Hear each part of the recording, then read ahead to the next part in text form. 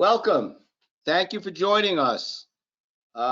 Some of you that might have had trouble getting into our webinars before didn't today because we've increased our capacity at great expense to my office, I might add. So if you're feeling bad for us, you can send us some business. That includes you, Ron. Today's presentation was scheduled, as you know, shortly after ISC decided not to go forward, and it was about preparing your company for sale. We changed it to make it very, very timely to include the effect that the coronavirus is having on the industry specifically, and the valuation of your company today at this time. Of course, we hope that things normalize at some point, but Ron is going to discuss of course it's going to be the industry, not just today, because we know that not much is happening today or this week or next week, but we expect things to normalize, and we'll find out from Ron his view on how things are going. There are some people in the audience, attendees, that may want to speak and chat with us, and if you let me know where you are or when you're ready, I'll try and include you in today's presentation. And that's it. I want to thank you for joining us. I also want to remind you about two things. One, tomorrow we have Sharon Elder's presentation, I believe. Right, Eileen? Sharon Elder. Okay. But on Friday, I'm going to be announcing a very special presentation. I want you all to be aware of it because it's going to be something a lot of you are interested in. It's going to be on business interruption.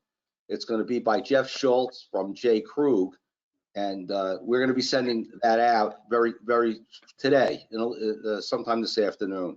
So everyone that's had their business disrupted, one of the first things they're thinking about is their insurance policy, which may or may not include business interruption, which may or may not cover the situation that we're all in right now.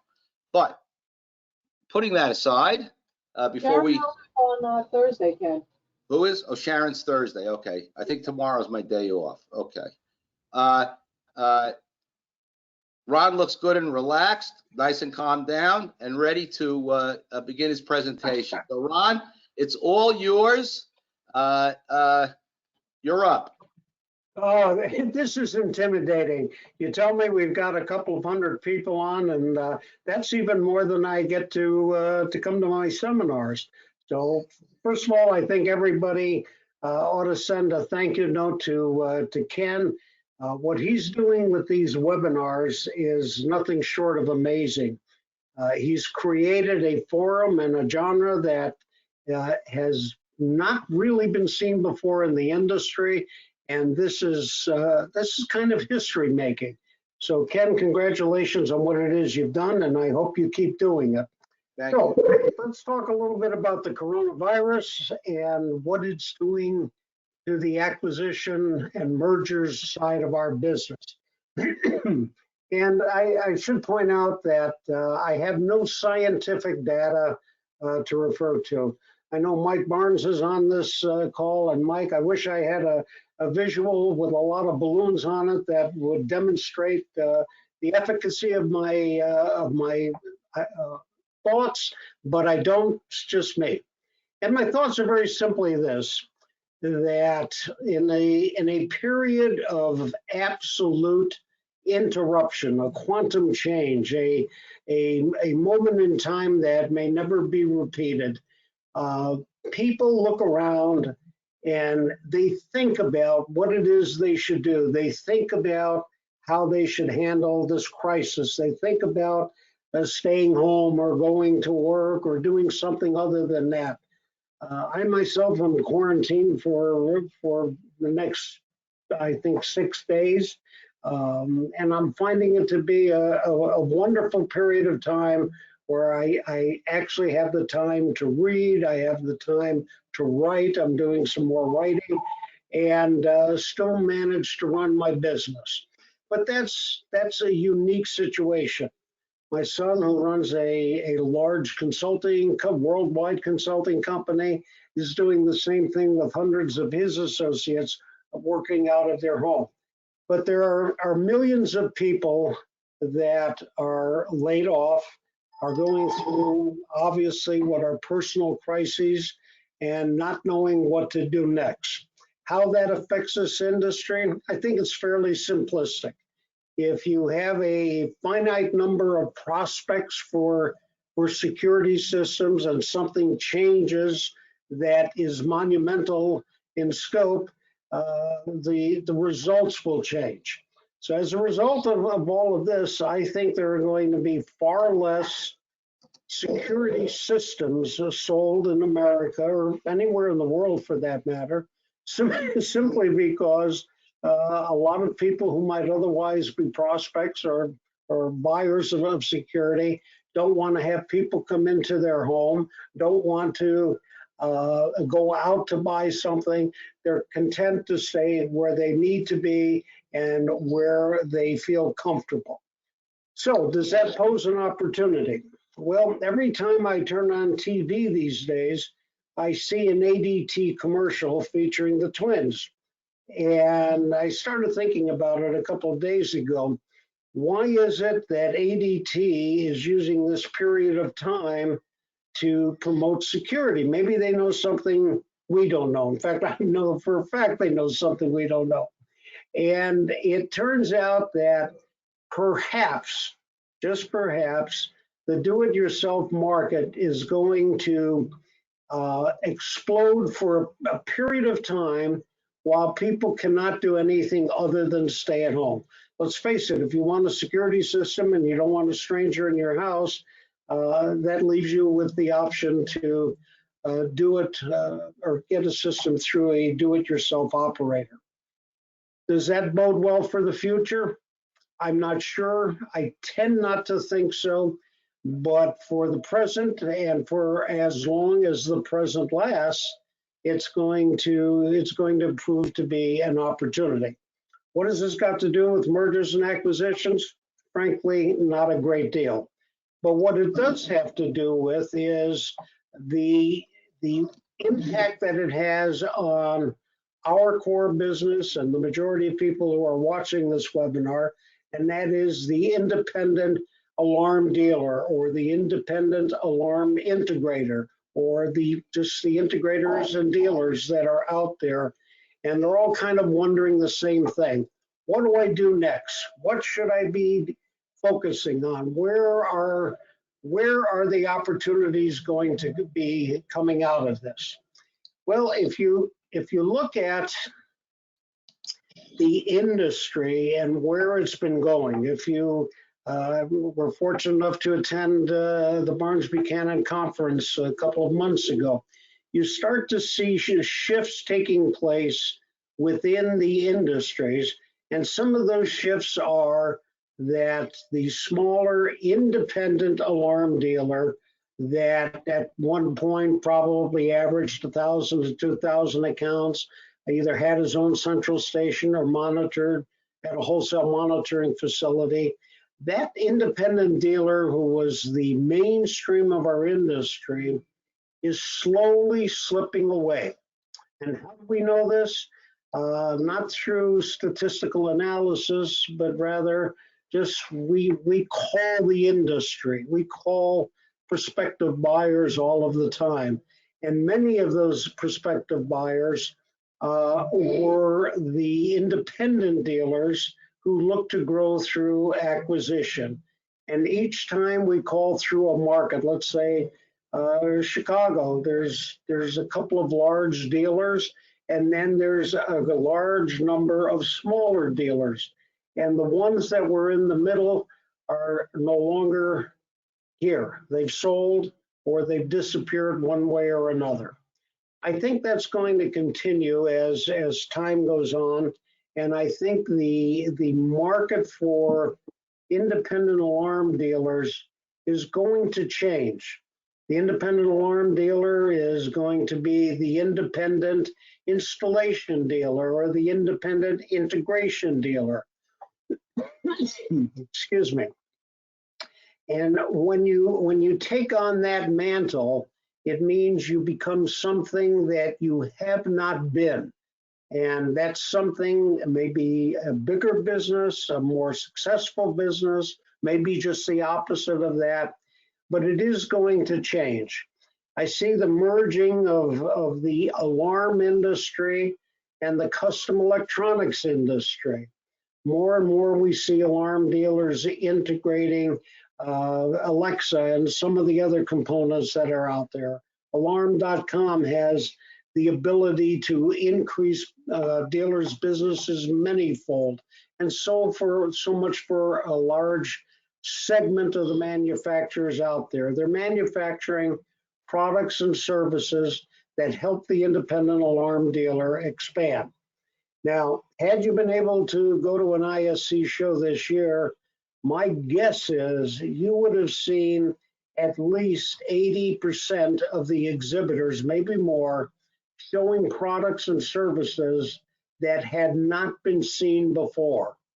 And the independent alarm dealer, as well as the larger alarm companies out there, would have the ability to go in, inspect, and test different products and procedures and decide whether or not it was for them or for their business, or they should be continuing to look at it, or something similar to that.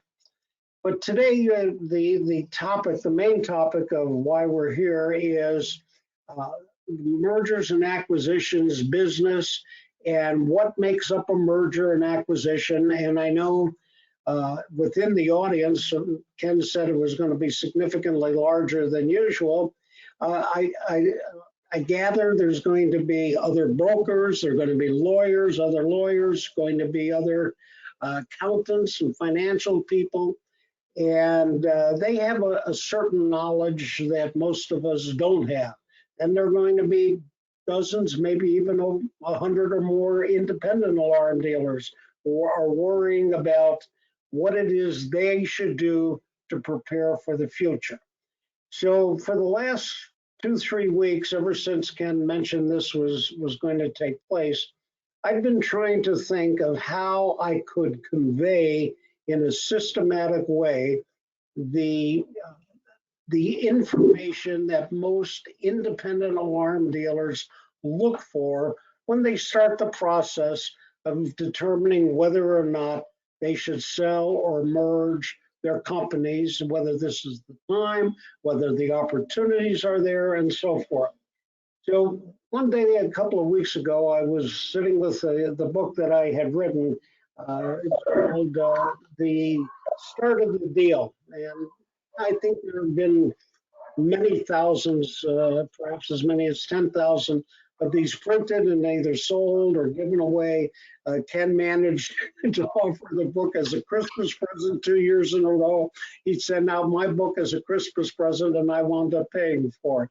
And it was a wonderful opportunity for us, for Ken, and for the reader. But I was sitting there. I hear noises, but I'm not sure what they mean. So I'll just ignore them. Oh, sorry, that was my dog. I forgot my audio's still on. You know, you expect interruptions of some sort. You never expect the host to be the interrupter. But It's a good thing I run this show. Go ahead. As I was saying, I was reading the book that I'd written, editing out. We're going through another edition, and I wanted to clean up some of the things that might have dated it a little bit. And as I was reading it, perhaps you experience this sometime in your life where you read something you've written and you haven't looked at it for a while, and all of a sudden the words come out at you, and you say, wow, there's some good stuff here. And that's what happened to me. And I started thinking, if I were able to read 10, 12 short segments of the book to you, and then open it up for questions and answers, I think it might work out pretty well. So if you'll forgive me, I'm going to use this as a tool, and I think you're going to find it interesting because as I was putting it together, you can see these little yellow pages. Those are the ones I marked off. So we're going to start with something that I think all of us feel a need for. And by the way, if you see me drinking coffee out of a coffee cup, my publisher wound up making me a set of these cups. And we'll figure out a way to do an offer with a free mug with every order. Anyhow, this was the first thing that I think a lot of dealers come across when they start thinking about selling. Who should negotiate the sale of my company? Much of the feedback we've received on our weekly newsletter, the 101 Ways to Win When You Buy or Sell a Company, relates to the practical considerations of getting a transaction done. That is the sale of your company. First, I want to dismiss some preconceptions about how to negotiate the sale of your company. At the end of the day, it is about business and what the inclusion of your business would mean to a potential buyer. Personalities play a part, but not a very big one. Knowledge of the industry is important, but not the overriding factor. Understanding what deals in the past have looked like is important also. However, the most important aspects of any negotiation are knowledge of the potential buyer, the goals of the company, what they've done in the past, and how serious they are about getting a transaction completed. And in my experience, there are 4 types of buyers. The financial buyer. This person lives, eats, and breathes finance, statements, accounting, forecasting, balance sheets, etc. And unless you're a CPA, have audit experience, and can relate numbers to every aspect of your business, you are probably the last person that should negotiate the sale of your company. The financial buyer knows the answers to most of the questions he or she asks. They could probably give you an exact percentage of the impact that a reduction of RMR would have on the future of the business. And in our industry, where multiples of RMR are the guide points to reaching a deal on most transactions, the financial buyer knows how to treat each aspect in a manner that will be most advantageous to his side. Example, you're asked to do seller financing for 30% of the transaction and are expected to guarantee the account base for the length of the financing, usually 2 to 3 years. How could that hurt you? Well, probably a dozen different ways, including assuring yourself of not getting the amount of money owed to you. The next. Wait, Ron, let me cut in and first, because we have a question, and it is now a good time to buy? Now is a good time to buy, yes. The reason it's a good time to buy is because there are dealers out there who are uncertain of the future. They have been thinking about selling at some point in the past and probably are amenable to a potential deal. I don't see it having impacted the multiples that are being paid. They're still approximately the same, although with the failure of several banks to remain active in the alarm industry, what we are seeing is a lessening of the financial opportunities among the traditional lenders and an increase in local community bankers who are starting to understand the value of recurring monthly revenue and the income streams that come from an alarm company. Is that responsive to your question? Ron, before I open this up and ask a couple of the other brokers that are on here what they think about that question and your answer, what about you want to take a shot at the current range for the typical alarm dealer, what he can anticipate for his accounts, and some of you brokers that are on here, I'm going to ask you as soon as Ron gives us an answer, so we can see if we can whether we're all in agreement or we have some other ideas. So Ron, what do you think about that? Well, as an attorney, you know that there are at least a dozen different components that make up what constitutes the offers out there. Typically, those offers are multiples of recurring monthly revenue. And for small companies, let's say up to 500 accounts, the multiples range from probably 30 to 34. For a medium-sized company, somewhere in the neighborhood of 1,000 or more accounts, it could go from 36 to 38. Anything over a couple of thousand of accounts, you're looking at 38 to 40. 40 seems to be the outer limit right now. I've not heard of any deals going beyond the 40 level. Okay, let's give John Kohlhauer a chance. John, I'm going to unmute you. I'll give you a chance to jump in. You're on. Thank you, Ken. Can you hear me okay? Yeah, go ahead. You got 60 seconds while Ron finishes his coffee. Okay. Okay, great. Well, first of all, thank you, Ken, and thank you, Ron, for arranging this call. It's very important at this time. It's not all doom and gloom out there. The transactions that I'm working on are all moving ahead. There's possibility that one might be postponed 30 days or so on a sort of a wait and see basis.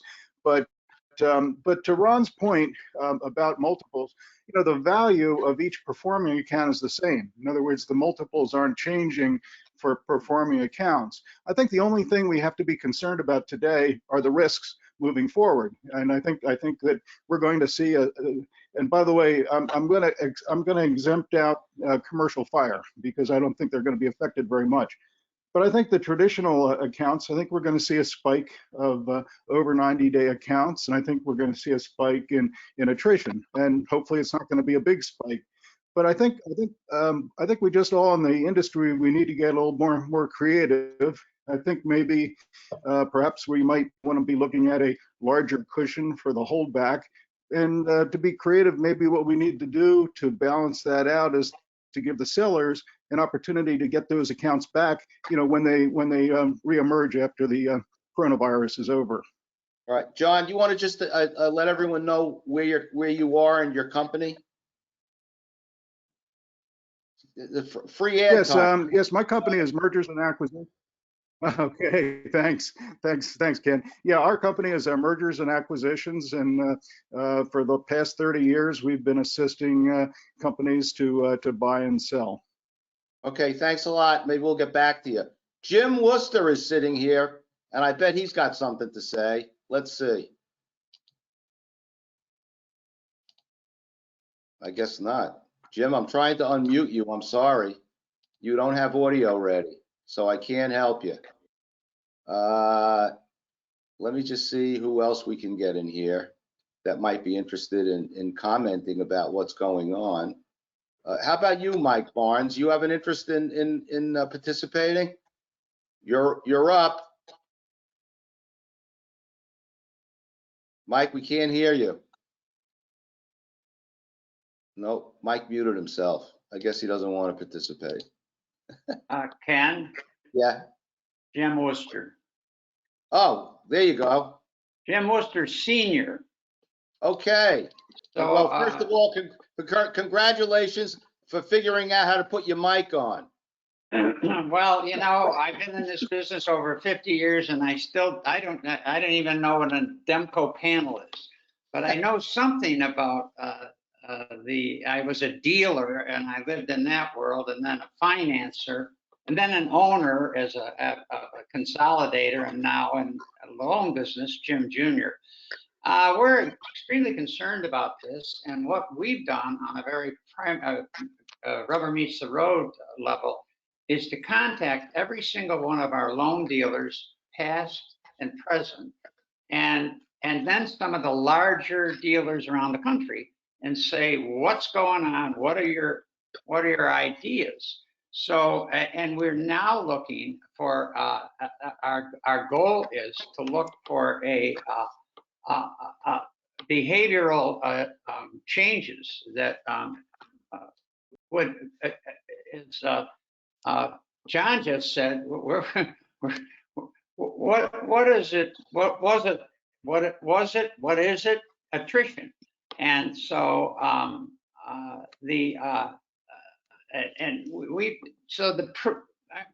point of view is we can't predict what's going to happen. Nobody can.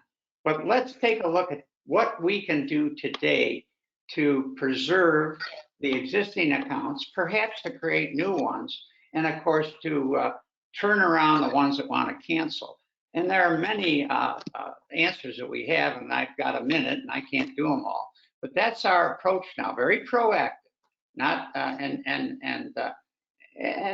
emailed you the other day, Ken. We'll be happy to share these results if anybody's interested. All right, We've already Jim. talked about 10 or 20 dealers, and it's very interesting. These are good operators. And All right, Jim, let me just say this for you. So Jim Worcester and his son are now in the business of financing deals. And if you need any financing for one of these deals, be sure to check the Alarm Exchange and you'll see they're posted there. Thanks, Jim. Well, thank you, Ken and Ron and John and everybody. We're going to survive this thing, period. Okay. Okay, so I just, let's let Ron answer a couple of other questions. Is the multiple times the net RMR? The answer is yes, Ron, so you can expand on it. The net RMR? Net, okay, so what's meant by net? In other words, a alarm company sends its bill to a customer and it's $40. So when alarm guy, when he goes to sell that account and they say, what's your RMR? He says, well, it's $40. That's what I bill the customer. But the multiple that's applied is not going to be times $40. In a lot of jurisdictions, you've got sales tax. And that's certainly coming off the top. So when we say net, it's what are we going to take off the gross RMR that's billed to the customer? And Ron, you want to answer that? Ken, I think there's a little bit of confusion. That's why I asked the net. If the billing is $40 a month, that is what is the recurring monthly revenue. Now, at some point, they may ask to back out other types of services that are included in that, such as long-range wireless or redundancy, radio redundancy. But typically, if it's $40 for monitoring and there is no additional charge other than the monitoring, then the multiple is of the $40. Now, at some point, the buyer may then apply a number that they would ask to back out, or they would back out a number to come to what they are going to be paying on a cash basis. But the multiple is for the $40. All right, let me see if Victor Hardy has a different answer or the same answer. Victor, you're unmuted. And you've only got 5 seconds to step it up. Victor from Canada, how are you? Okay, Victor, we tried. Okay, that's the end of Victor. Let's see if we can tap. Let's see if Rory fell asleep. Let me see if he's around. Let me see. Rory, I'm looking for you. So get ready.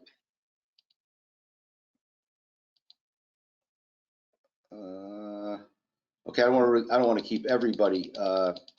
Robert Lintz, how about you? You want to comment on this topic? Gross versus net RMR. You're unmuted, Robert. Well, everyone's missing the boat today, huh? Well, maybe they don't have their mic set up. I'm seeing that they do have a mic, but it's possible that they don't. Rory, let's see if. No. Okay, you Rory, you're there. Can you hear Let's me? go. Words Great. of wisdom All from right. Rory Russell. who had an What article out. question do you want me? Who had Where an are we article now, guys? out in SDM. Wait a minute, Rory. I want to introduce you as the guy who had an article out in SDM today and forgot to mention me and Ron, for which you will pay dearly. Okay, go ahead. I know. I hear you guys. I'll make sure I'll fix that next time. Okay. All right. Yeah. What question do you want me to answer? You want evaluations or? No, I want you to comment on the RMR. Is the RMR net or gross when someone buys it? It's on gross minus pass-through charges. Pass-through charges, anything that is needed to get the signal to the central station. Okay. That's what the 15 deals I did this past year. That's how we're basing it. It's based on the RMR minus pass-through charge, and that's the only deduct I've been running across lately. Okay, I agree with that. So let me just expand. Thank you, Rory. You can go back to SDM now.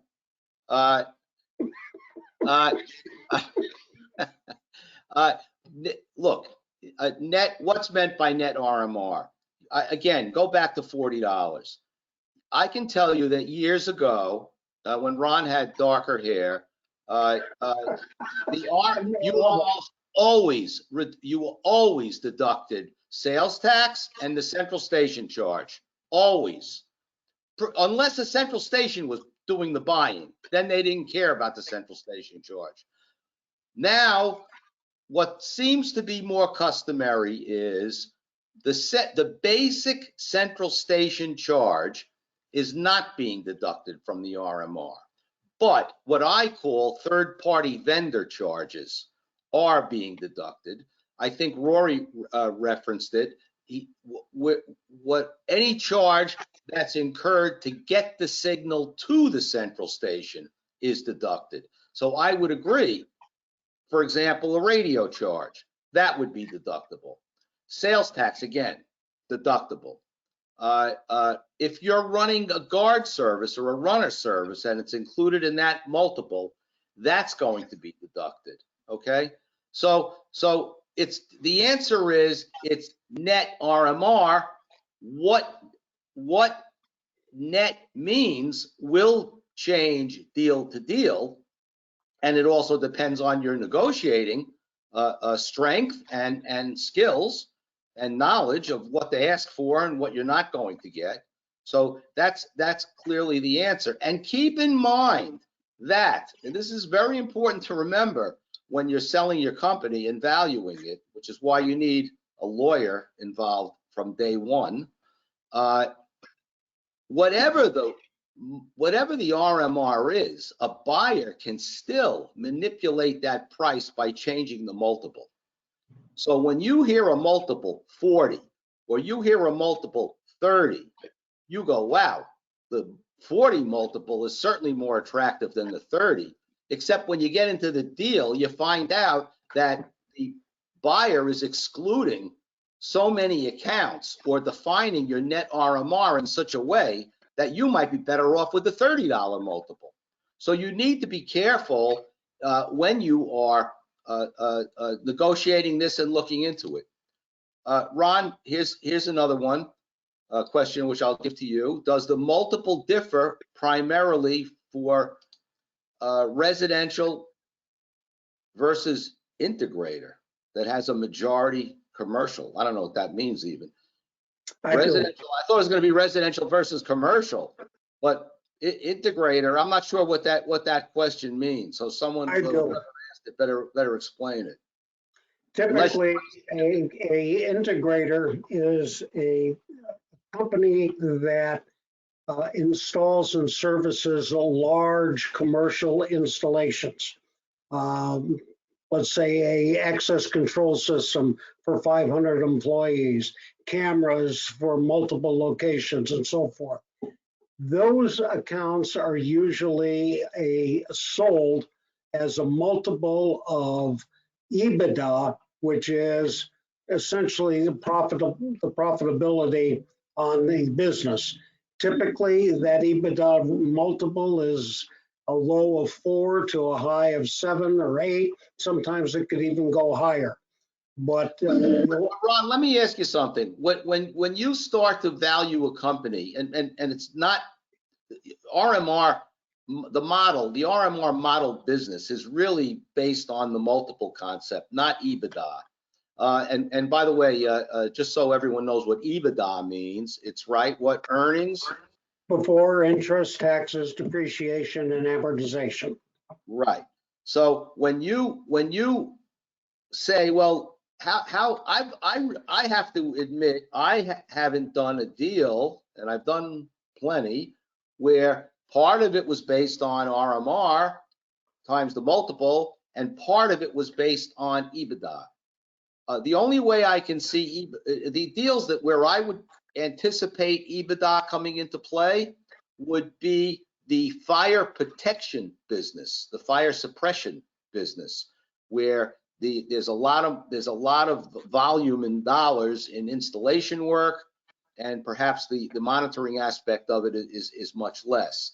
But I don't know I have not valued companies that are selling alarm accounts, meaning monitoring accounts. I do reduce somewhat camera RMR, monitoring the cameras, or non-intrusion systems. Obviously, most accounts are intrusion or fire, and now we're getting a lot of camera activity through the central station, which, by the way, I think is something that Sharon Elder is going to be talking about on Thursday. So make sure you attend that. Ken, all I can tell you is that there are two methods of valuing a company. One is based on a multiple of EBITDA. The other is based on a multiple of recurring monthly revenue. Typical recurring monthly revenue are traditional alarm accounts that are monitored in the central station. Typical of an integrator are large installations that do not necessarily have recurring monthly revenue, and the company is valued on its profitability, not on recurring monthly revenue. You know, it's interesting, and I've done this, not a lot, but a couple of times. Have you ever compared the ultimate number, the price, when you've done the evaluation both ways, RMR based or EBITDA? I have, and I came up with pretty much the same number. We pretty much tried that, and sometimes it is, but that's more by luck than by design, because there are so many different elements that go into the EBITDA method that are not in the recurring monthly revenue method, and vice versa. But be that as it may, let's go back to talking about what goes into a deal and what dealers should be looking for. Are you okay with that? Well, I have another. Why don't you address some of these questions we have? What should alarm companies do when accounts go to the 90-day late? Well, that's really for me. I'm just going to answer that quickly because I want to point something out. I had just read something. I'm going to be putting out an email on it, and that is, in these trying times right now, you're not waiting 90 days anymore. That was old news. You've got to step it up and act a lot quicker now. And I'm going to detail this more in the email that I'm going to put out. But in these times, there's going to be a lot of customers that are not going to be in business when we go back to work. Okay, we're estimating anywhere from 25% to 33%. They're going out of business. There are plenty of companies that are not able to survive this, and that's simply what's going to happen. I know my office is getting ready. The collection department and the bankruptcy department, we expect to be extremely busy when this situation stabilizes. So you don't wait 90 days anymore. We're gonna get into that, but that one wasn't for Ron. Let's get one for Ron. Given the uncertainty around predicting attrition, oh, well, you're guaranteed, by the way, on these deals, which is typical, a 1-year guarantee on these sales. you're gonna have to be careful about attrition, obviously. Here's the question, given the uncertainty around predicting attrition, will sellers be asking to take risk on next 12 months of attrition through a holdback? Well, the typical is 12 months. What, Ron, you think we're going to start seeing more than a 10 or 20% holdback requirement from buyers? I think buyers are going to try. Something that has not been mentioned at all in this meeting is the subject of a basket. If you're concerned about the amount of holdback that's going to be taken away, and you've been operating at, say, a 10% attrition rate, you can guarantee, you may have to guarantee that 10% to the buyer of the company, but that becomes the basket. And anything over that 10% is on the buyer's watch. We've negotiated successfully for that many times, and both dealers accept it as being both fair and proper, and so do the buyers. It's something relatively new and untested in the industry. Okay, here's another one for you. You did not mention the length of the contract, such as 24, 36, or 48. Does this affect the amount you will be paid? Now, by the way, that should be a two-part question, because one, the length of the contract, meaning the initial term in the contract, but we're also have to deal with how much time is left on the contract. Some contract, maybe you've got a 48-month contract, but it's half over already. Maybe it's entirely over already. You're into month to month already. How do you see that affecting a potential valuation from a buyer? If you're representing a seller, that should not enter into the negotiation. You can accept 12 months, maybe under extraordinary circumstances, 18 months, but no contract should be longer than that, and the majority of them should be 12 months, at the end of which time your obligations have ended, other than non-compete obligations. No, you're talking about the guarantee. What this question is, how would a company be valued? So what the question is really, a seller is offering his accounts. Every account, let's use an extreme, every account is out of the original term. It's all month to month at that point, but they're under contract month to month, versus the other company that has half of his accounts, half of his RMR is still under contract with half the contract left to go. Are they valued differently? I'm going to throw it out and say, not really, not much difference. And I would say that's definitely the answer. Right. Month to month, as far as knowledgeable buyers are concerned, month to month contracts are as good as year to year contracts or 2 or 3 year contracts. If the company is performing, attrition will not be high. If the company is not performing, regardless of what kind of contract you have, the attrition will be high. Okay, I agree with that, and I'm going to move on to another point here. Ron, I'm going to let Hank Lukes yell at you, because he writes he signed up twice for your autographed book and never received it. Hank? Well, that's because he lives in a depressed area. Hank, Hank, you're unmuted, Hank. You can yell at Ron. Go ahead. Everybody's waiting. Good morning, Hank. Hank must be sitting. Hank's answering signals in his central station, I think. Well, Hank, I tried to unmute you, and I promise that I will get on Ron to get you his book. Okay, Ron, please make a note. You have to send Hank an autographed book. I've been using your book, Hank, for reference. Okay.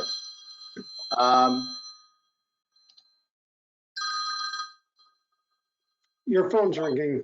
I know. You know what? And it's my biggest client. I'm in the middle of a webinar, man. Everyone's seeing me talk to you. Hold on one second. hold on. Are you finding dealers who have an established AES radio network a value add in selling? If so, how is it valued? So in other words, if the communication is through radio, is it worth more money? That's the question. Yeah, if it's acceptable to the buyer, if the buyer is either using the same network or it's easily adaptable to the buyer's network, you can. I've never done a webinar where the host takes a telephone call. At any rate, if it's something that the buyer can use, very frequently they will pay the pass-through charges as part of the multiple, and that's something that's negotiated early on in the deal. And usually it's not a contentious point. Here's another question for you, Ron. The multiple rate has direct correlation to EBITDA. This is the essential factor that supports the simplified approach that the speakers are referring to. Not every company is worth 40 times. No, of course not. Some companies aren't even worth 18 times. By the way, if you're wondering what a company is actually worth and what these accounts are worth, I hope you heard Ron when he gave his explanation of how accounts might vary. Every example he gave included the word contract. So I can assure you that either your contract is going to make a major difference. If you are a month-to-month company with no contracts, those accounts are worth a minimal amount, if anything. A lot of the companies that are out there looking to buy accounts will have no interest in buying your accounts. Any buyer that would come to me that would say to me, what do I think? I would say, I think that the only accounts you should buy are the ones you can re-sign on your paper, your contract, once either before the deal closes, preferably before the deal closes, but immediately thereafter, because otherwise you're taking a major risk. So it's your contract that makes a big, big difference, more than the radio does. Here's a question for you, Ron. Integrator was a misused term. Should have been dealer. Oh, well, that's the guy who asked the question. Main question is multiple different for commercial versus residential? Ah, now I understand the question. What's worth more, residential or commercial accounts? I have to say, I might struggle with this question depending on the day. I might say residential's worth more than commercial, or commercial's worth more. I don't know about right now. Right now, you might think residential's worth more. I don't know. Commercial, if you're going to wind up losing 20-30% of your commercial customers in the next 6 months, might be a difficult call. What do you think, Ron? I think it's a question that doesn't have an answer, at least at this moment. In the past, residential has always taken precedence over commercial accounts, all things being equal. In the last couple of years, you've seen buyers who are looking more for commercial accounts over residential because of the higher attrition that's occurring in the residential market. So I think you're looking at a increasing value for commercial, a decreasing valuation for residential over the next few years. Okay, here's another question. What about central managed access RMR? I guess that's access control RMR. By the way, Ron, just so that's clear, in my contracts, I call that access control administration, where the alarm company is getting paid an RMR amount to perform the administrative service of designing and controlling on an ongoing basis the access control programming. Go ahead, Ron. If the company is primarily an integrator, and that means installing larger commercial systems, the multiple is that of EBITDA. If it is a smaller company that has full service contracts that are on a recurring monthly basis, that can be an RMR company. And in many cases, that RMR is equal to sometimes better than the multiple that are paid for pure monitored accounts. Okay, here's another question for you. I told you this would be easy, right, Ron? Yeah. No, it's just a piece of cake. All things being equal, is a company with 500 strict alarm monitoring, 500 monitoring accounts, monitored by a third party central station, more valuable than 500 accounts with a company that has a mixture of central station accounts and a combination of monthly service accounts. Okay, so let me rephrase this for you. Is monitoring RMR going to be valued differently than service RMR and inspection RMR? And I won't even, I might as well throw out runner RMR, guard service RMR, because all of that's RMR you throw out, Ken. The question becomes, what are the margins in that RMR? So let's say you have 100 fire accounts with test and inspect, and the charges are such that the actual inspection cost is roughly 20% of the collected amount. That then is deducted from as a pass-through from what you would pay on the multiple. Does that make sense to you? Well, I think let me say this. Here's the way I would value that. The monitoring RMR has a recognizable and easily calculated cost associated with it. We know exactly what it's going to cost to monitor the account, and we know what the pass-through charges are, and we know what needs to get deducted.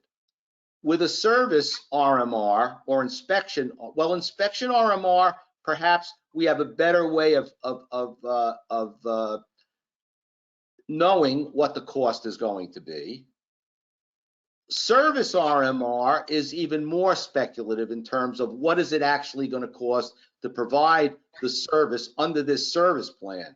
Because don't forget, you know, RMR is our fancy way of referring to it, but if you're getting $20 a month, then your customer's paying $240 a year and has a service plan. They expect you to come and fix the system when it doesn't work.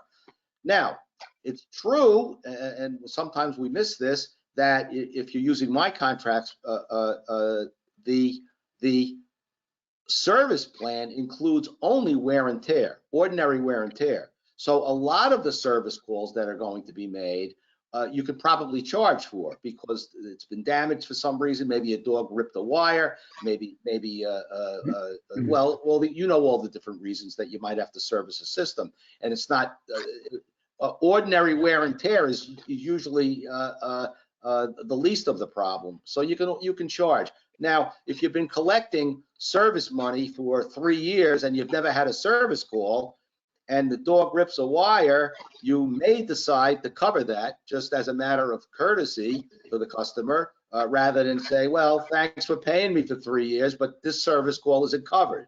So you know, that's up to you and how you have customer relations. But generally speaking, I would say that service and inspection RMR, I would take at least 5 points off the multiple. So if 35 times is being offered for the monitoring charge, I would say that you're looking at 30 times for the service and inspection RMR. And that's just a run, you know, across the board. Of course, you're going to do your due diligence and try and figure out what the seller has been actually experiencing in terms of its service and inspection costs. If it is, as Ron points out, that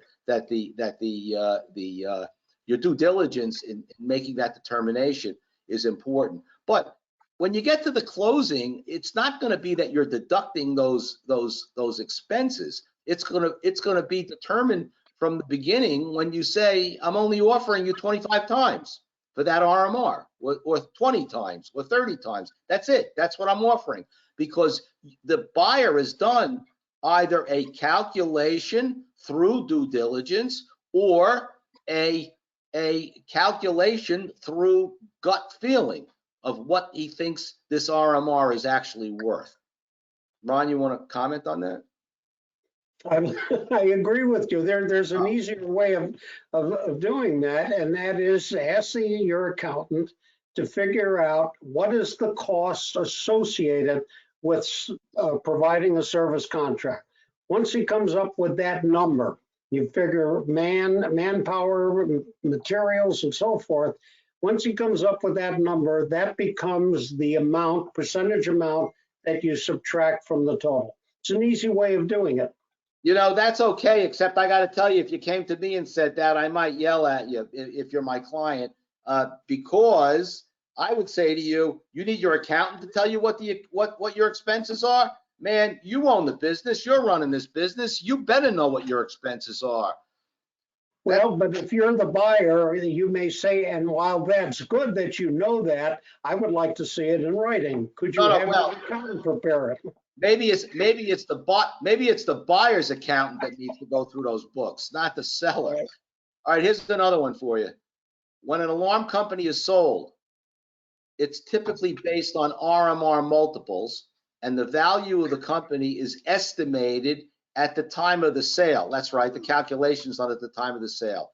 Do you have any idea, as a comparison, what the final value of the company at the end of the holdback period? Well, okay, I guess he's talking about attrition. And I don't know what the attrition is, but Exactly. if the value is determined in the asset purchase agreement, if it's an asset sale, and that number is fixed. The amount of the holdback is fixed. So the only determination is how many accounts have attrited during that period. Okay, I'm gonna add one thing. I'm gonna give away a lot of secrets. I hope there's no lawyers on here because I don't need to educate them. But I'll give this away to you. When you do your deal, you're most likely, occasionally we don't have guarantees, but most of the deals come with a guarantee. Usually it's a year. And usually it's accompanied with, it's always backed up by a holdback. So we start with the guarantee, and then we collateralize it basically with the holdback. Now, a deal can be negotiated two ways. One, the holdback is the limit of the seller's exposure for attrition. Or the contract could be written that it's only the beginning. It's there to collateralize the guarantee, but that holdback doesn't limit the guarantee. That is a matter of negotiation, and you better be real careful with it. And if your lawyer doesn't understand the difference between that, then you are going to have a lot of trouble, especially in these times, because we are going to see, I am sure, for the next year or so, a higher attrition than the industry's ever experienced before. That's my opinion. Here's another one. And I do agree with you. Before too much more time expires, I know we're limited in how much time we have. You got a bunch of questions, Ron. Don't you want to hit them? I do. Can we go into the next hour? Oh, well, I'm not worried. I don't know about an hour, but plenty of people have still stayed with us. So I know it's lunch or nap time, Ron, but you know, we got a captive audience here. By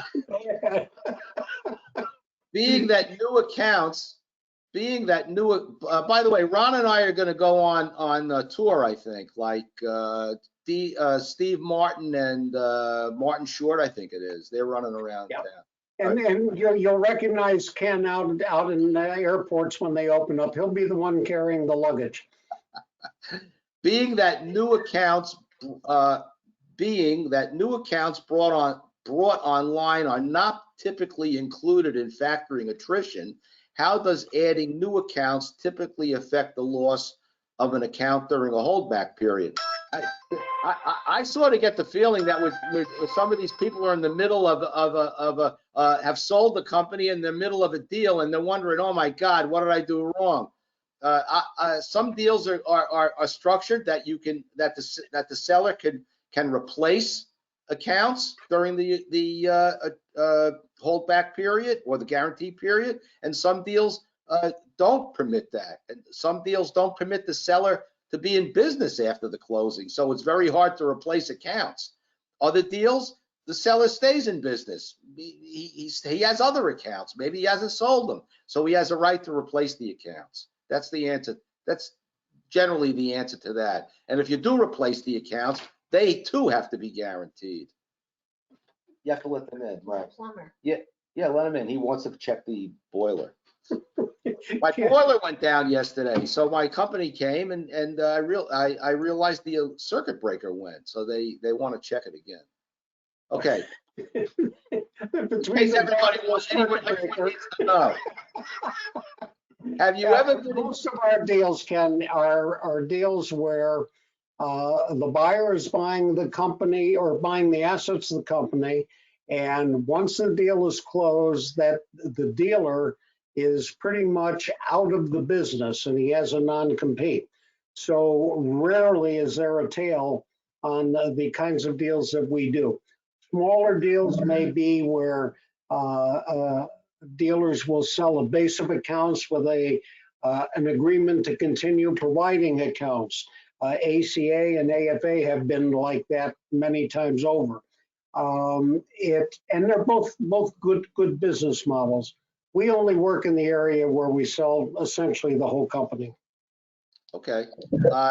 Have you ever been involved in a deal where the seller accepted a lower multiple in exchange for eliminating the holdback? Yes. I have. I'm sure you have. I have too. Yeah. Well, so what do you think happens there? There's the seller, or the buyer rather, knows that the seller is firmly entrenched in a 10% holdback, Yeah. and will not permit any exposure beyond the holdback. So the buyer already knows what his limits are. So if he feels he can negotiate somewhere in the middle, or the seller thinks they can negotiate somewhere in the middle, that's how that deal comes about. Good question, good answer. Yeah. Would the value of an account be affected by the seller giving a lifetime warranty on the system? That's not happening. Whose lifetime? Ron's or mine? Which one? I've got at least 90 days.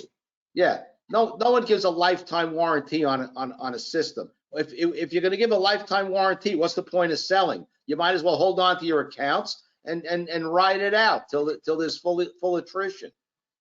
Why are contracts so important, even if the customer is a month to month? It's important because you can get sued. If you go there one day, you can get sued. And if you can get sued, nobody wants to go near you. Nobody defined as your central station, your insurance company, and potential buyers. Why would they want to do business with you? So the answer is, that's why contracts, it's not so important. They're critical. They're critical when you go to sell your business. I deal with a lot of companies that call, what do I need contracts for? And I have to tell you, I can talk to them about the liability end. I can talk to them about the collection end. I can talk, but what really gets them, I think, sometimes is when I say, well, let me ask you this. Do you want a company that's worth $200,000 or a company that's worth $800,000? Does that make a difference to you? And generally, I think that sells some of the contracts, even when the liability end doesn't work. I assume, here's a question for you, Ron. I assume commercial fire accounts would hold their value. You know, any account will hold their value if they stay around.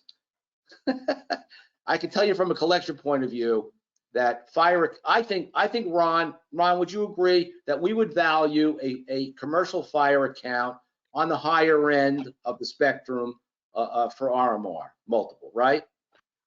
All things being equal, absolutely. And Right. The greatest opportunity, I think, left in the industry, integrator industry, recurring monthly revenue industry, is the fire business. Bill Polk, some 5 years ago, and I sat down and talked about what is the great opportunity. He brought that up. I thought about it, and I started following the fire business. And it's absolutely true. Attrition is lower. The ability to add additional services is higher. A fire account, all things being equal, is worth considerably more than a typical account. Well, the difference between a commercial fire account and all the other alarm accounts that are out there is that the commercial fire account is generally required. Absolutely. And you've got the AHJ, typically the fire marshal or fire department or building department, ready to yank the CO and close the building if they don't go ahead and get their annual inspection. Also, fire alarms have built-in RMR from the inspection requirements. Generally, there's some repair that needs to be done. I hate to use the word maintenance, but I suppose it could be used in the fire alarm setting. Certain precautionary things that have to be done in terms of cleaning components and whatnot. So yes, the fire alarm would have better value, I think, higher value. But don't think that fire alarm subscribers don't cancel. They do.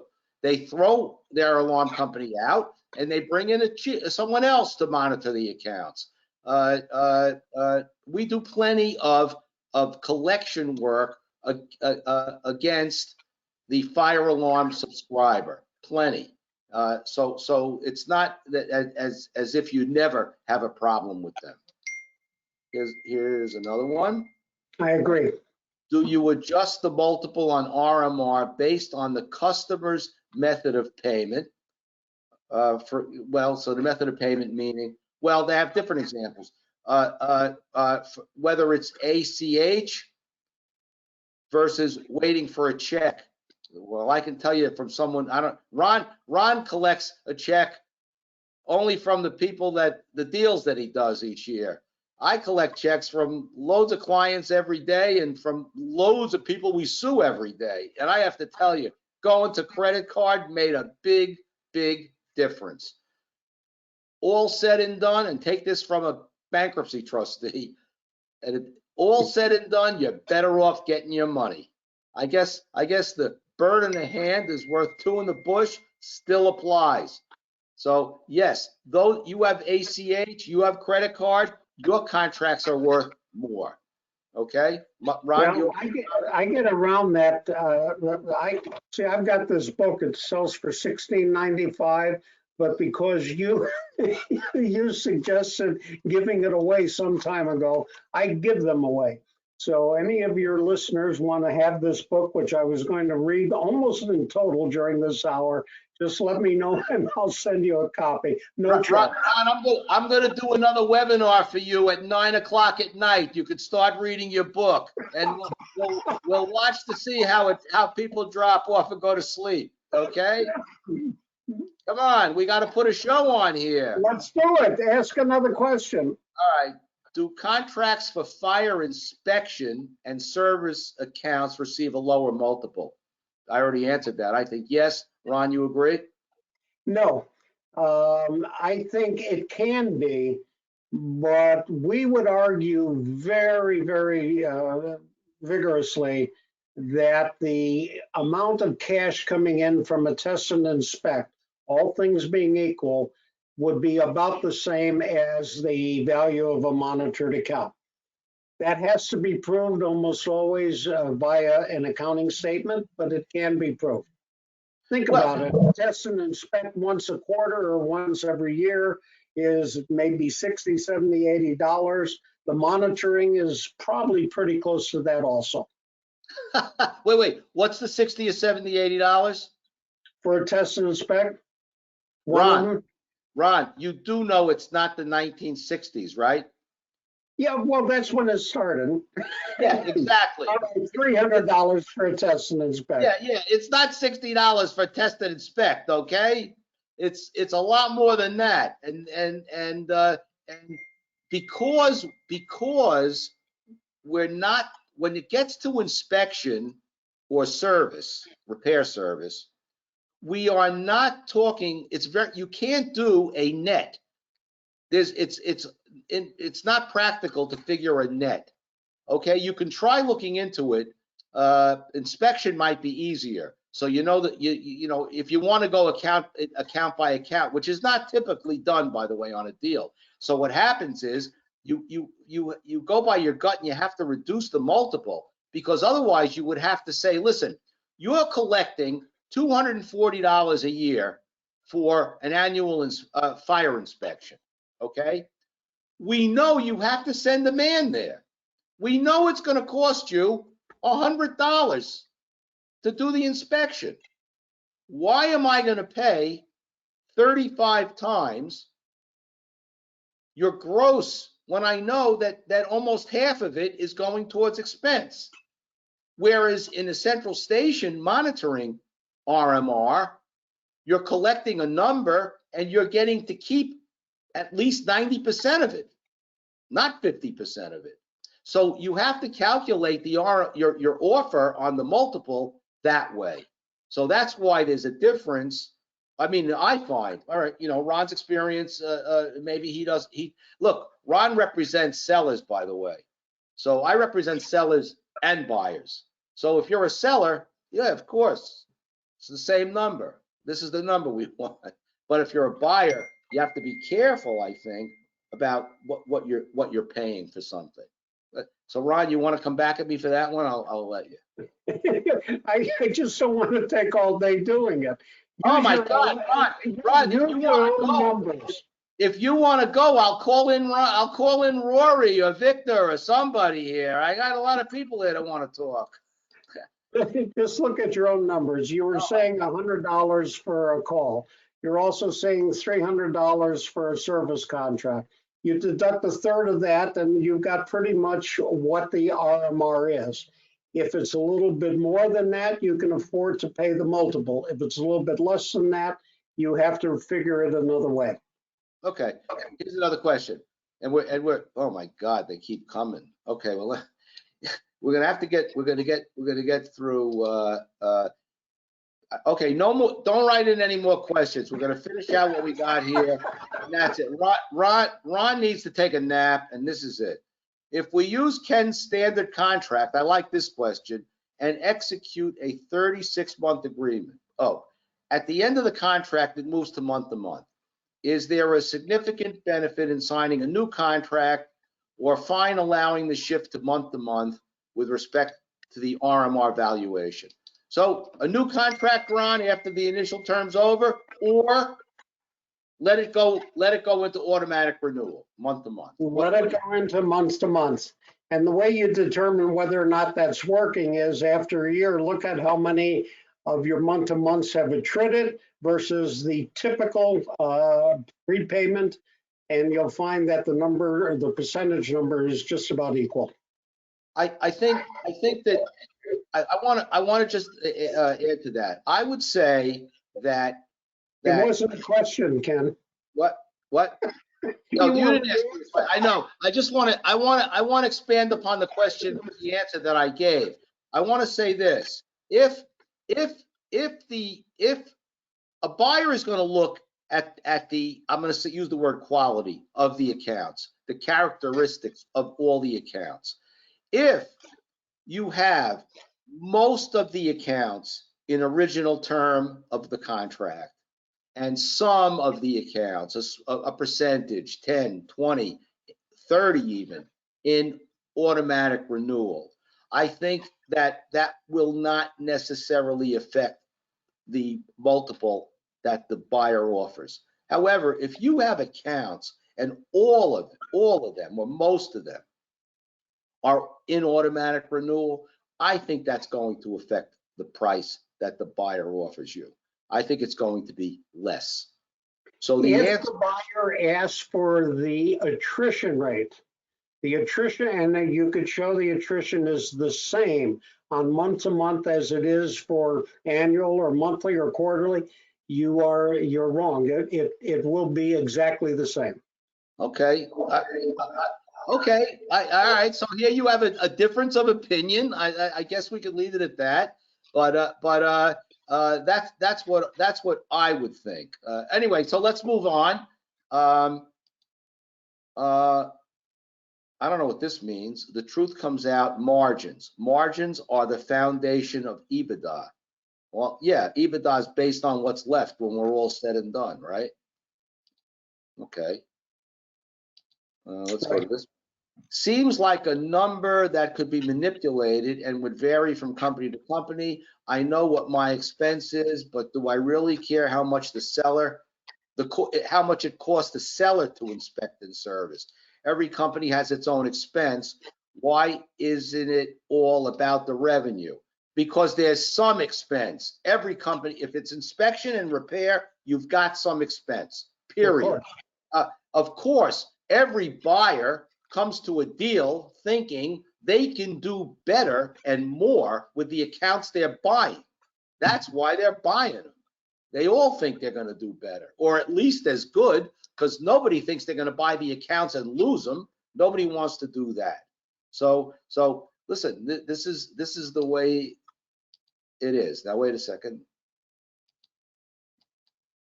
Okay. Are you seeing buyers try to back out of the cost of replacing radios that the industry will incur over the next 2 years? I assume this has something to do with G2, or is it, or what are those? And it's a major point of contention in the industry now, particularly in buy-sell transactions. Some buyers are willing to absorb the cost of replacement, in which case the multiple is usually a little bit leaner, but it's easily understood by the seller. Typically, the buyer will ask the seller to do the replacement and will pay the multiple on a replaced account. Okay. Here's actually one of my clients agreed with my snide remarks about an accountant. Goes, go Ken, my accountant wouldn't have a clue. Now, okay, I'm not going to read who this is from. I was going to, but I'm not going to. But I'm going to read the question, and then I'm gonna, well, maybe I'll put Ron on the spot. If a holdback is 12 months, which is typical, an account goes into default after 11 months, why is it that no credit is given back to the seller for the 11 months of revenue collected? This can be more of an issue when holdback periods go from 12 months to 18 months. You understand the question? Kind of. Okay, so what this is first of all, there's a prediction here that holdback, the guarantee period, is going to increase from 12 months to 18 months as the typical deal. Okay, maybe so. As I stated before, I think we're going to see more attrition for the next year or two anyway. Okay, certainly the next 6 months. Okay. So is the guarantee period going to increase? Don't forget, we use holdback, and we use this holdback interchangeably with a lot of concepts. I've seen some deals, they don't even use the word guarantee or holdback, which I don't understand why they invented a new terminology. But they call it a note, and they call it a recalculation of purchase price and a reevaluation. Listen, it's a guarantee of accounts, period. And that guarantee is secured by the holdback. That's what this is. Now you're hearing it from a debtor, creditor lawyer, a bankruptcy trustee. That's what the transaction is, okay? I don't know how contract lawyers define it else any other way, but that's exactly what it is. So now here's the question. And it's accurately stated how it actually works. You have a closing. There's a 12-month guarantee. Let's call it 6 months in, or here it's 11 months. The customer defaults. Now the seller, the buyer rather, takes the account and tenders it back to the seller and says, This account defaulted during the guarantee period. I paid 40 times for this account. Account pays $100 a month. I'm deducting $4,000 off the purchase price. That's how it works. Now, the question here is, the seller says to the buyer, wait a minute, you collected $1,100 over the last 11 months before this customer defaulted. At the very least, I want to be credited, I being the seller, I want to be credited with that revenue and deducted from the $4,000. So I only want to give you back $2,900, not $4,000. Here's the answer by the buyer. Brad, do you know the answer the answer from the buyer? The buyer is going to say, we've had costs incurred in buying that account, No, not in buying it. in acquiring that account, and servicing that account. No. Here's the answer. Sorry to put you on the spot, but you're the broker. It's good that you said that because, man, you're the broker and your deal ends at the closing. Thank you very much. Adios. But here's the lawyer's issue, okay? Because we're stuck. We should be stuck with that deal until it's really over, meaning your client's been paid or your client finishes paying, okay? So here's the answer from the buyer. The buyer's answer is, I had to service those accounts for the last 11 months. I monitored that account for the last 11 months. I did service work. I did inspection work. I'm entitled to the revenue during that period. Now, so that's the answer, and that's typically how it goes. That's not to say that it has to go that way. It could be negotiated a different way. So that is a matter of negotiation, but that is the typical scenario when it comes to the RMR that's collected during the guarantee period for a customer that ultimately defaults and is tendered back to the seller. Okay? Good idea for the seller to become a consultant for the buyer to assist in retention of accounts. Sure, why not? The seller has, I'll do that one quick, Ron. The seller has a vested interest in accounts not being lost through attrition. So it's always a good idea to cooperate that way. Listen to this. People do it. A competitor of mine gives a lifetime warranty. Okay, well, good for him. You're not going to, because I see who you are and I represent you. There's no lifetime guarantee. Please answer the radio conversation question. I'm not sure what that means. Meaning, are radio accounts worth more than non-radio accounts? Maybe. Maybe there's less cost in monitoring them. I don't know. Is that it, Ron? There's a lot of issues, but most importantly is how quickly do they have to be replaced and who pays for it? There's more stuff here on a lifetime guarantee. There's no lifetime guarantee, folks. I don't know who came up with this stupid idea. There's no lifetime guarantee. I'm not going to discuss. Someone just thanked us. I guess we're getting towards the end. How do we get Ron's free book? Well, you have to call him. Ron, give out your number. Let's go. Get ready, everybody. Take this down. Oh, wait a minute. Ron is in the Alarm Exchange. TheAlarmExchange.com. He's there under the broker category. His contact information is there. But Ron, you want to give out a phone number if you want that? 847-955-2360. There you go. Anyone, he doesn't give you the book fast enough, let me know. I'll buy it for you. I appreciate it. Thanks, Ken. A huge number of radios will need to be converted over the next 2 years. Are buyers backing out when they consider the cost of replacing these radios from the sell? No, they deduct 5 points from the selling price. That's what they do. Right, Ron? So they're not losing deals. They're just deducting the revenue. That's all. That's all. Okay. Okay. Are accounts without contracts totally worthless? No, they're not totally worthless because, and I quote, there's a sucker born every, what is it? Depends on whether or not you're from New York. Come on, Ron, W.C. There's a Fields. sucker born every minute. You used to watch them. Is it every minute? Yep. There's a sucker born every minute. So yeah, they know they're dealing with a dummy seller because he doesn't have any contracts. So why shouldn't they take advantage of him? Sorry to be so harsh.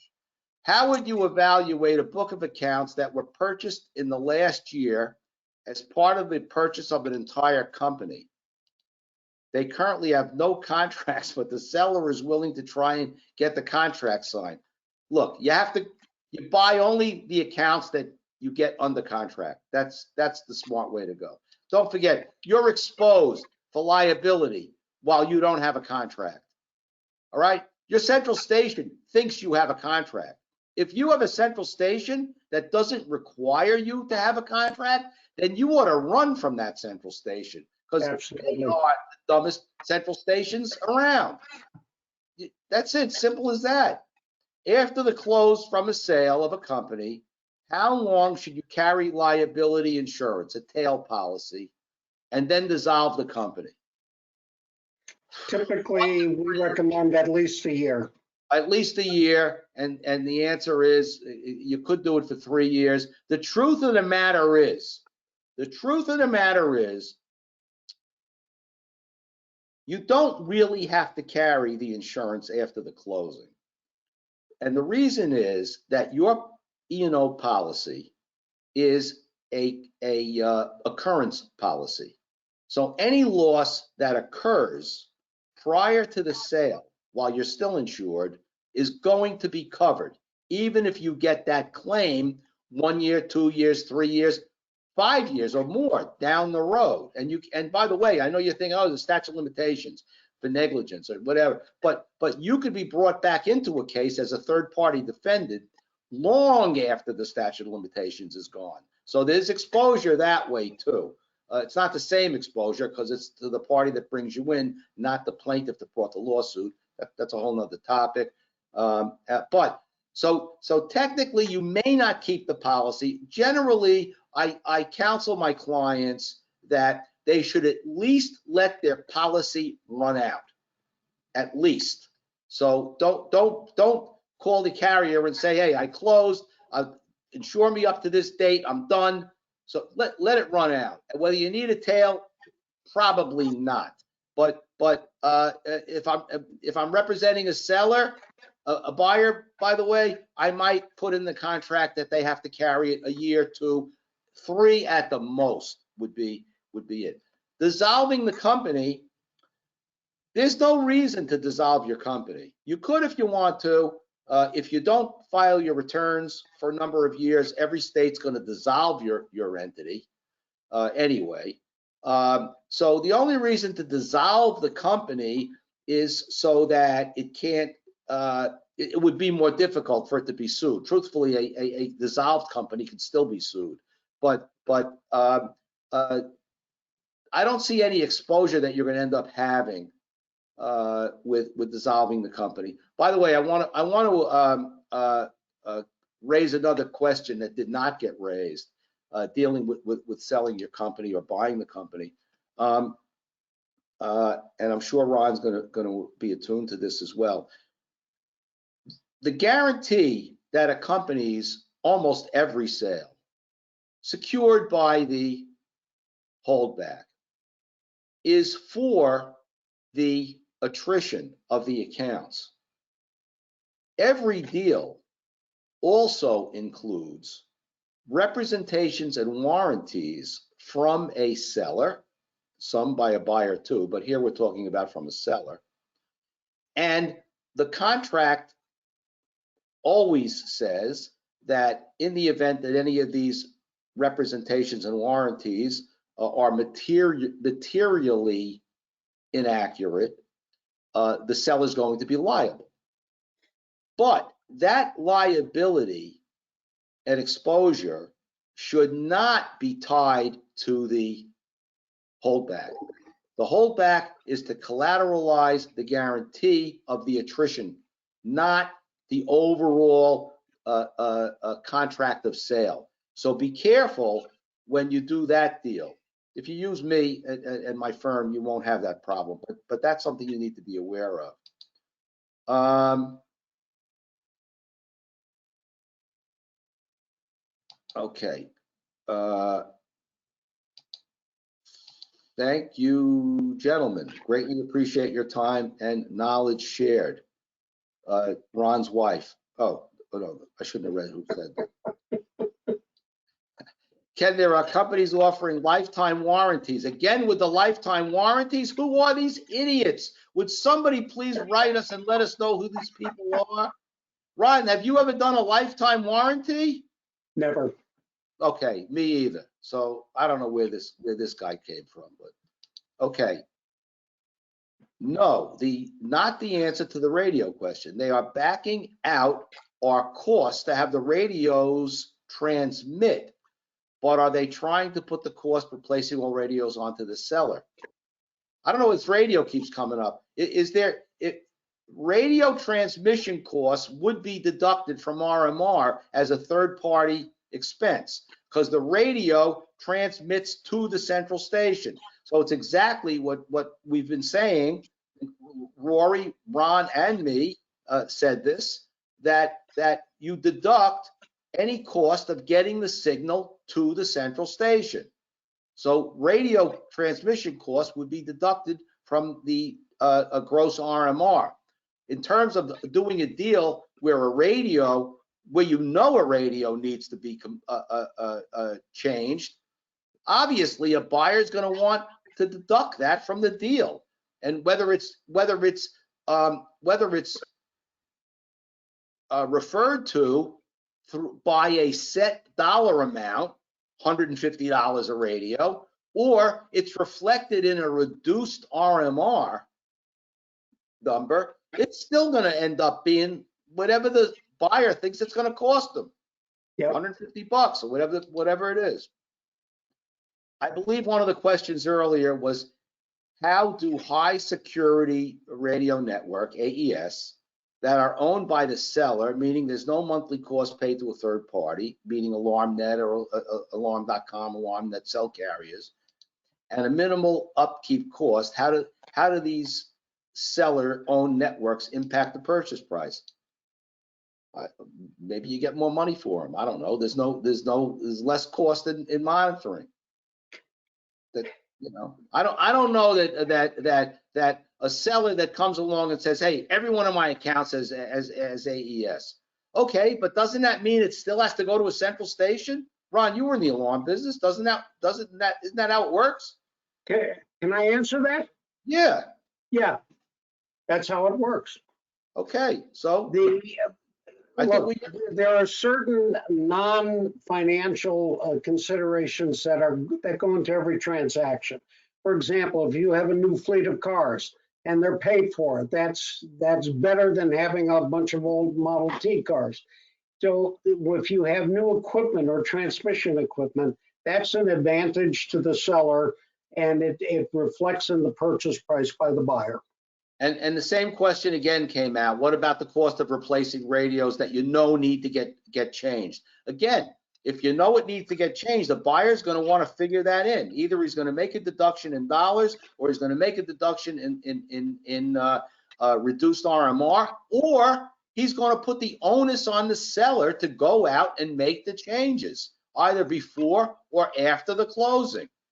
Or he's going to do it himself and deduct an agreed upon amount to get it done, because he wants to make sure the quality is the same that he would put in. Robert Lintz has identified the idiots that I referred to before. Lifetime warranties were started by Ameritech. Okay, so now you know who the idiots are. I don't know. I don't know anything about that, but that's the dumbest idea I've heard since I started this webinar. And my answer to that is I agree. My wife's pulling me out of the webinar. I guess she has to do her own. Thank you, gentlemen. Most enjoyable webinar. And read the whole lifetime comment. It's a sales label for maintenance agreement. And it's, I don't know, I can't deal with this lifetime baloney. In your experience, is there a substantial difference between an asset deal, selling only the accounts, and a share deal, meaning selling the parent company a stock deal? The calculations are the same. The tax consequences are different. And the tax consequence may reflect in the price of the deal. It probably will. Someone buying shares of stock are also buying potential exposure and liability. So I would imagine that's going to be reflected in the purchase price. I don't know. My client here is saying I think my advice is crap, but I'm not sure. Again, with the free, we're not giving free lifetime accounts. I'm sorry, guarantees. You don't have to upgrade GSM from 3G to 4G. You can charge the customer, and also gives you the opportunity to get in front of the customer. That's true. Any changes that are required does give you the opportunity to get in front of a customer. And yes, you should take every opportunity you can to get in front of a customer. Upgrade systems, get a new contract signed, raise your RMR. Absolutely. This is from Mitch Reitman, who I forgot to unmute later. Mitch, it's too late now. An AES radio network that is owned by the seller can give an increase in price because there is no additional cost, even phone line cost, and this has value. I agree with that, Mitch. Ron, do you agree with that? I do too. Okay, so we're all in agreement. Okay, my client's thanking me and thanking Ron, and Bart has something obscene to say. Thanks for your time. Thanks, good information. Okay, take that back. My advice is not crap. It's the radio thing that's crap. Thank you. I won't mention your name on the air. When is Ron going to grow a gray beard? It's coming. I'm quarantined for the next few weeks, so I'll grow a beard for you. Okay, Ron, we're gonna have to do another webinar with you, and maybe we'll call it a comedy webinar. I'm not sure, but we're gonna do something. And before we get off, I'm gonna give Mitch Reitman a chance. Mitch isn't very funny, but I'm gonna let him come on. Mitch, you're unmuted. Mitch, don't spoil the comedy routine though. What did you want me to comment on, Ken? Nothing. I just saw your name and I thought you might want to say hello to everybody. Oh, well, hello to everybody. And there's an executive order signed about dealing with the coronavirus and the vacation policies. Hopefully Ken and I can do a web conference about that later on this week or next week. It's some really good information for companies out there. Great. So actually, so one of my clients said, it's a good idea to do another webinar, Ron, and include details of recently completed deals. We could do that. We could discuss, and Mitch could do that too. And we could include a few of the other brokers maybe and have a roundtable on what issues actually end up getting negotiated and how those negotiations generally turn out. Of course, they could go either way in any particular deal, but generally they come, you get the same issues that come up almost all the time, and they usually resolve themselves the same all the time. You know, that's what I find as a general, happening. As a general rule, with some lifetime guarantees are a good way to figure out who won't be in business in a long one. Yeah, there's no lifetime guarantees. Forget it. I don't know where that came from. Okay, so ladies and gentlemen, this is a record breaker, a marathon. Of course, those of us in the States where we're stuck at home, this is better than TV and changing channels. maybe I should run 2 webinars at the same time so you can change channels. What do you think, Ron? I've been watching you twitch a little bit, and I'm fairly certain I know why this seminar is ending. You need to go to the washroom. Ron, you're not supposed to give away my secrets, Ron. You know, I'm gonna get you for that. Ron, I control the mic, Ron. You better watch it. Oh, I've enjoyed being with you. I clicked out of this and now I'm really screwed. Eileen, did some clicking and I don't know what the heck I did. So I lost control. But anyway, I want to say thank you to everybody. I can't see myself anymore. And we're going to close this webinar at this point. And I want to thank everybody for attending. And I hope you had a good time. And I hope you learned a lot. And Ron, thank you. Take care, my friend. Okay.